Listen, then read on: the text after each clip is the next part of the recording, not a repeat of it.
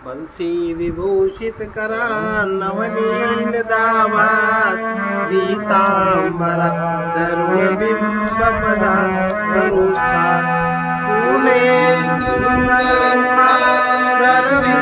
नेत्रा कृष्णात् परं किमपि तत्त्वमहम्। ये कठोपनिषद का द्वितीय वल्ली का 11वां श्लोक है।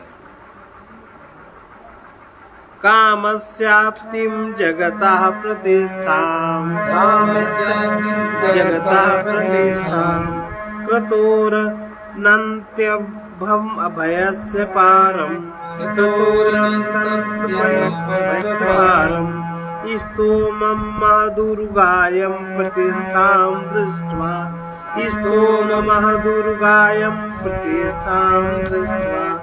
धृत्याधीरो नचिकेतोऽन्त्यसाक्षी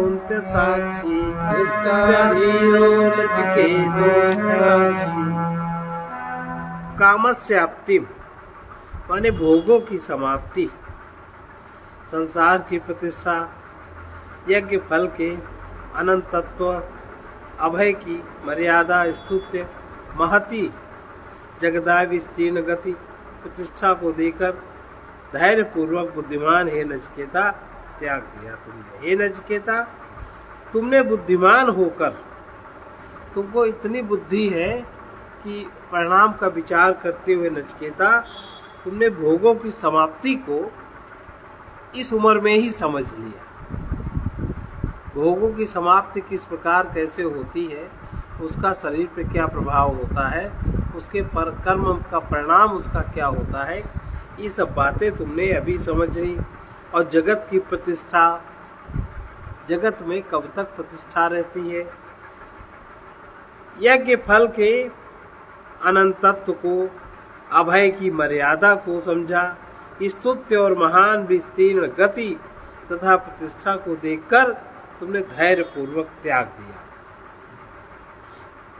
ये सब तुमने बहुत ही समझदारी पूर्वक क्या क्या, तुमने बुद्धिमान होकर भोगों की समाप्ति, जगत की प्रतिष्ठा, यज्ञ फल के अनंत तत्व को, अभय की मर्यादा, स्तुत्य और महान विस्तीर्ण गति, प्रतिष्ठा को देखकर तुमने धैर्य पूर्वक त्याग दिया। ऐसा लगता है कि जो आदर्श शिष्य के प्रशंसनीय गुण और विशेषताएं होती हैं वो अनगिनत है। जो सचमुच में शिष्य है सदगुरु का, जो सत्य मार्ग में चलने के लिए उद्यत हो गया। देखो, लोग हमेशा क्या कहते हैं कि संसार और परमार्थ अलग अलग, संसार और परमात्मा अलग अलग, अलग अलग नहीं है भाई। जगत में आपका शरीर है, स्थूल शरीर है, सबसे संकीर्ण, और स्थूल शरीर के आगे ये अन्य स्थूल व्यवस्थाएं हैं, इसके पीछे आपका मन है। इन स्थूल व्यवस्थाओं में जो कल्पना करने वाला मन है, जो गलत कल्पना करके आपको चला रहा है, बुद्धि उसी गलत पर विचार करके पकड़ के चल रही है, वही तो उलझन है। और वो उलझन सत्य होने पे सुलझ जाती है तो आपका प्राणमय क्षेत्र बढ़ने लगता है, और जब तक वो उलझन बनी रहती है तब तक आपका प्राणमय क्षेत्र नहीं बढ़ता। स्थूल शरीर से प्राणमय क्षेत्र और विकसित है, और जब प्राणमय क्षेत्र आपका बढ़ने लगता है तो मनोमय क्षेत्र आपका विस्तीर्ण और शुद्ध होने लगता है। आपकी यात्रा और व्यापक हो जाती है, आप और व्यापक अनुभव करने लगते हैं, विज्ञान में क्षेत्र और व्यापक समझ में आने लगता है। तो ये सब उत्तरोत्तर विकास है, ये सब चीजें एक साथ चलती हैं। लेकिन मन की वो जो ग्रंथि है व्यर्थ की कल्पना की, वही हम सबको वही बांधे रहती। हम लोग कहते हैं इसके अलावा संसार कुछ है नहीं। ये हम लोग का भ्रम है, और अपने भ्रम के प्रति इतना लगाव है, इतना मोह है, ये लोभ के कारण ये छूट जाएगा तो हम क्या करेंगे। तो उसकी शिष्य की विशेषताएं अनगिनत है। उसके आचरण से जैसे गुरु का उत्साह बढ़ता है, वैसे वैसे वे अपने आदर्श वेदांतिक शिष्य का गुणगान बढ़ाते हैं। प्रायः सभी मृत्यों का हिरण्य गर्भावस्था या ब्रह्मलोक की प्राप्ति लक्ष्य हुआ करता है।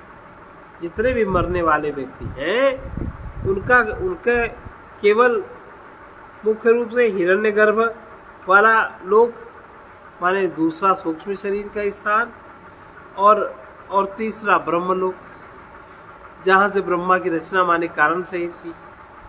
कोई भी उपासक सूक्ष्म मन बुद्धि द्वारा भोगे जाने वाले इस हिरण्य गर्भावस्था के अनगिनत सुखों के आकर्षण से मुंह नहीं मोड़ सकता। प्रत्येक कर्मकांडी का यदि विश्लेषण किया जाए तो हम पाएंगे कि मूलतः उसके ब्रह्मलोक पाने की इच्छा है जहाँ कोई दुख नहीं होता, जिससे वो वहाँ के सुख चाहे एक अवधि के लिए संभव हो, भोग के तदनंतर वो चाहता ही रहता है। प्रलय के समय क्रम मुक्ति के द्वारा कैवल्य प्राप्ति हो। यमराज को यह देखकर आश्चर्य हो रहा है कि प्रायः जीव ब्रह्मलोक में सूक्ष्म शरीर द्वारा जिस सूक्ष्म सुख को भोगने की कामना करते हैं उसके प्रति उनका यह शिष्य आकर्षित नहीं हो रहा। सूक्ष्म शरीर का जो सुख है, सूक्ष्म शरीर माने मन बुद्धि चित्त अहंकार, इसके प्रति जो सूक्ष्म सुख है उसका भी उसको कोई भी आकर्षण नहीं हो रहा है।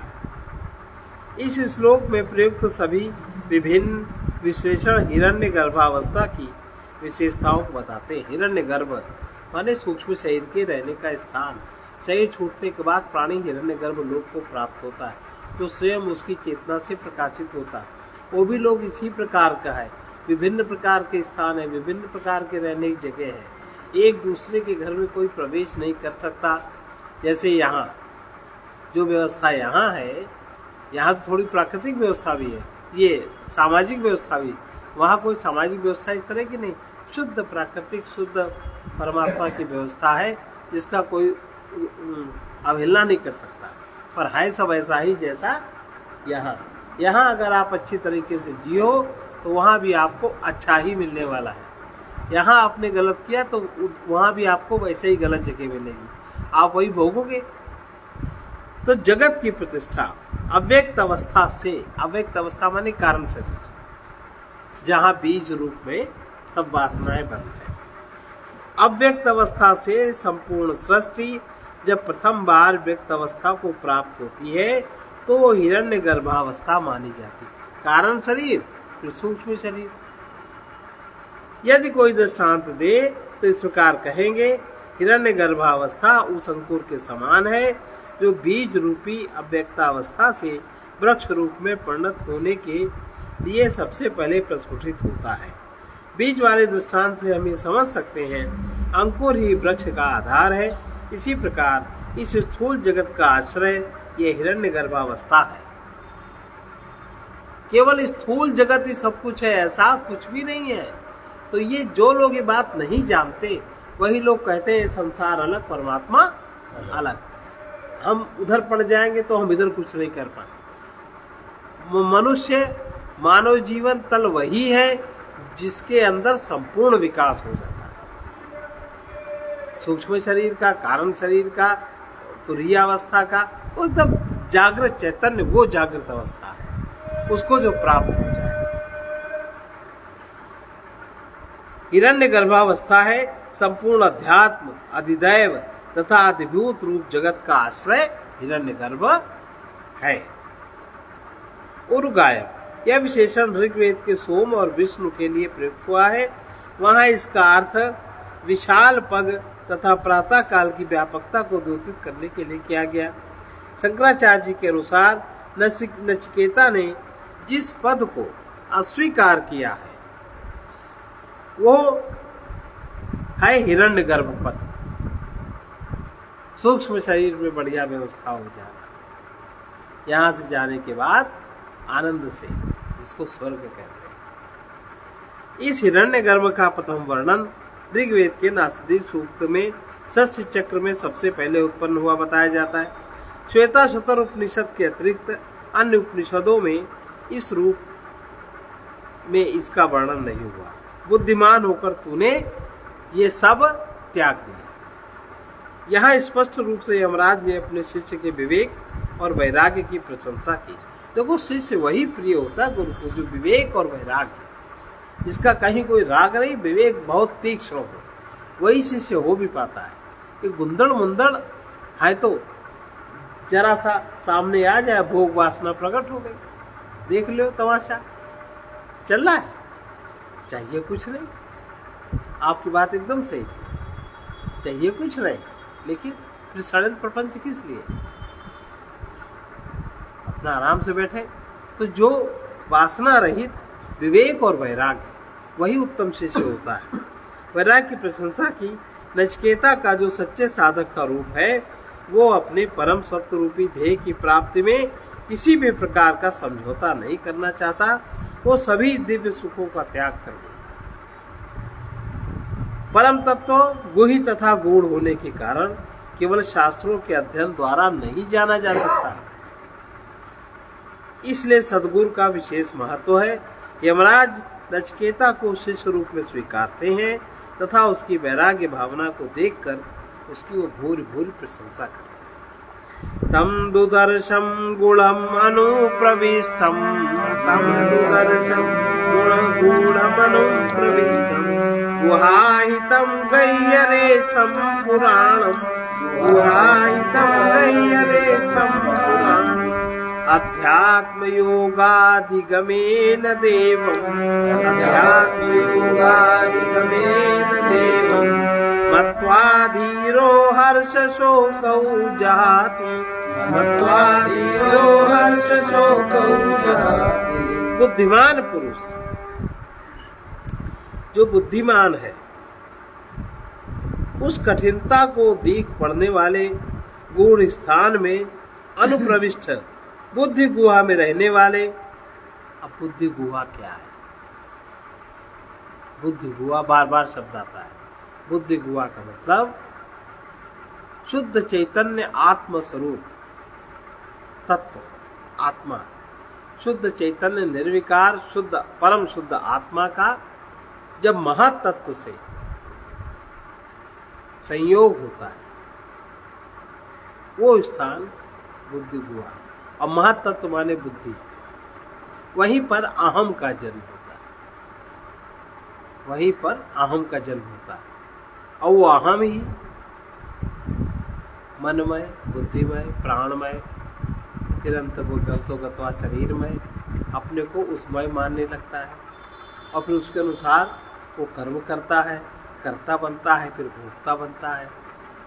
यही है जगत का दुखद दृश्य। और इससे हटने के लिए विवेक बुद्धि अगर जागृत हो जाए तो यहीं से दूसरी यात्रा शुरू। ये है बुद्धि रूपी गुहा। महत्त्व में जिसकी बुद्धि में स्थिति बनती है, उसको सीधा आत्म तत्व का साक्षात्कार, वो समझता है कि यहाँ से जोड़, वहीं पर अहं का जन्म होता है, वहीं से अहं का अनुभव होता है। ये बुद्धि रूपी गुहा है। तो बुद्धि रूपी गुहा में रहने वाले, गहन स्थान में रहने वाले पुरातन देव को अध्यात्म योग की प्राप्ति द्वारा जानकर हर्ष शोक को छोड़ देता है। और हर्ष शोक तो मन का धर्म है, बहुत आगे आ गए, और बुद्धि रूपी गुहा बहुत पीछे है। हिरण्य गर्भावस्था को त्यागने के बाद सच्चे साधक को मन किस ओर लगाना चाहिए? माने हमें परलोक का कोई भी सुख ऐसा थोड़ी कि नहीं मिलेगा, पर हमारे मन में जो एक ग्रंथि है, वो ग्रंथि इससे खुल जाएगी। बाकी जो मिलना है, अब जैसे हम कहते हैं कि हमें कुछ नहीं चाहिए, तो क्या हमें भोजन नहीं मिलता? क्या भोजन नहीं करते? क्या वस्त्र नहीं मिलते? वस्त्र नहीं पहनते? क्या जो वस्तु की आवश्यकता है, क्या वस्तु मिलती है, उसका उपयोग नहीं करते? पर उसके पीछे जो एक टेंशन, जो एक परेशानी मन में होती, वो नहीं है। और बाकी जब जो समय पर जब जैसा जहाँ उचित होता, वैसा सन्मार्ग दिखा जाते, वैसे विषय चलता रहता है। एक तनाव, एक खिंचाव समाप्त हो जाए तो उसी की यात्रा सुगम हो जाती है। क्या इससे भी अधिक सूक्ष्म लक्ष्य है जिसे प्राप्त करके पूर्णता की प्राप्ति होगी? यह प्रश्न कठोपनिषद का अध्ययन करने वाले प्रत्येक साधक के मन में स्वाभाविक रूप से उत्पन्न होते हैं। इन प्रश्नों के उत्तर के रूप में गुरु का व्याख्यान ही वही उपनिषद का मुख्य विषय है जो इस श्लोक से आरंभ होता है। आध्यात्मिक पराकाष्ठा का स्वरूप क्या है? और आध्यात्मिक पराकाष्ठा का साधन क्या है, इस संपूर्ण विषय पर अब व्याख्यान प्रारंभ कर रहे हैं। यमराज स्पष्ट रूप से इसमें यह तथ्य सामने रखते हैं कि हिरण्यगर्भ से सूक्ष्म परम सत्य है, जिसको साधक जान सकता है, अनुभव कर सकता है, और यहाँ तक कि अयम अहम अस्मि, मैं यह हूँ, ये मेरा स्वरूप है, जान सकता है। मैं इस रूप में स्वात्म रूप से अपरोक्ष अनुभव भी करता है। प्रत्येक जीव में जो अहंकार रूप मैं का अस्तित्व है, वो अधिष्ठात्री आत्म तत्व है, जिसका अनेक विशेषणों द्वारा इस श्लोक में वर्णन किया गया है। अहम कैसे बना? परम शुद्ध चैतन्य का महत्तत्व से योग होने पर जो रूप बना वो अहम बना। अब अहम की यात्रा इदम से आरंभ हुई, बहिर्जगत में आ गया। इतनी सी बात है समझने वाली, यही तत्व ज्ञान है, यही आत्म साक्षात्कार है। पुराणम, ये प्रत्येक जीव में जो अहंकार रूप मैं का अस्तित्व है, उसका अधिष्ठाता वो आत्म तत्व है, जिसका अनेक विशेषणों द्वारा इस श्लोक में वर्णन हुआ। पुराणम, पुराणम माने सनातनम, जो सदा से चला आ रहा है, अति पुराना है, वही अति नया है। इंद्रिय मन बुद्धि से युक्त ये जड़ शरीर का नियंता तथा प्रेरक शक्ति रूप जो परम आत्म तत्व है, वो निश्चय ही पुराना है, क्योंकि तत्वतः उसने कभी जन्म लिया ही नहीं। जैसे घटाकाश तथा सर्वत्र व्याप्त आकाश दोनों एक है, और जिस प्रकार घट के रहने या ना रहने पर आकाश सर्वत्र है, उसी प्रकार ये आत्मा सर्वत्र सर्वकाल में है या जन्मा है, इसलिए इसमें कोई क्षय मृत्यु भी नहीं है। इस प्रकार ये आज सनातन नित्य आत्मा ही सर्वाधिक पुराना। दूरदर्शन जड़ षष्ठ में चैतन्य रूप से स्थित आत्मा तो उन स्थूल कोशों से आवृत सा दिखाई देता है, किंतु वास्तव में वो सर्वाभाषक है, इसलिए इंद्रियों का वो विषय नहीं बन सकता। ये आंखें जो कि देखने के उपकरण हैं, अपने से भिन्न वस्तु का ग्रहण कर सकती हैं, स्वयं को नहीं देख सकती। देखने के लिए प्रयोग में लाया जाने वाला दूरबीन स्वयं दृष्टा की आंखों को नहीं देख सकता। इस प्रकार आत्मा जो कि आंखों को देखने की सामर्थ्य देता है या उसे देखने के लिए प्रेरित करता है, उसे आंखें नहीं देख सकती। यहाँ पर ध्यान पूर्वक ये समझ लेना चाहिए कि जब आंखों के द्वारा आत्मा को देखा जाना असंभव है,